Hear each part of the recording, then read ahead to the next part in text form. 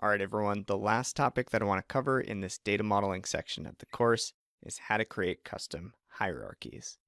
So hierarchies are groups of columns that reflect multiple levels of granularity. So for example, a geography hierarchy might include fields like country, state, and city. A date hierarchy might contain fields like year, quarter, month, week, and date. But the value of hierarchies is that they are treated by Power BI as a single item in tables and reports, and it unlocks some really cool functionality that allows users to drill up or drill down to different levels within the hierarchy. So instead of pulling in 3 or 5 individual fields, you can pull in that one object and accomplish the same result. So creating hierarchies in Power BI is pretty straightforward. You can do this anywhere that you see the data pane, and all you're going to do is right-click a field and select Create Hierarchy. So in the example shown here, and the one that I'm about to show you, we've selected the continent field. So this creates a new hierarchy containing the continent field. And then from there, it's as simple as right-clicking additional fields, like country or region, and selecting Add to Hierarchy to select the one that we just created. So very quick, very straightforward. Let's jump into Power BI and practice building one ourselves. All right, so here we are. I've got my AdventureWorks report open.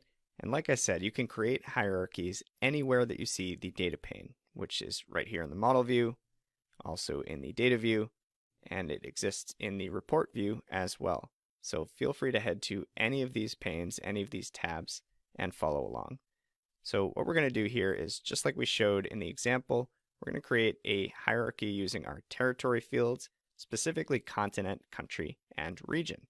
So what I like to do is start with the highest level and then add lower level fields. So I'm going to right click the highest level territory field that we have, which is continent. I'm going to choose Create Hierarchy. That's going to add a new object under my table here. I can double click and rename it, in this case, Territory Hierarchy. And if we expand that, you'll see that it just contains that one field that I started with, continent. And from here, I have two ways that I can add fields to this hierarchy. I can either right click, like country, choose Add to Hierarchy, and select the one that I just created. That's going to go ahead and add it to my list. Or even simpler, I can click and drag to drop it into the hierarchy as well. And note that when I do this, I create additional instances of these fields. So I can still access the individual fields, or I can access the hierarchy as a whole. So creating it is as simple as that. Now let me show you what this looks like inside of something like a matrix visual. So let's go ahead and edit this matrix we've been working with. We're going to remove product key, and let's add that new territory hierarchy that we just created, like so.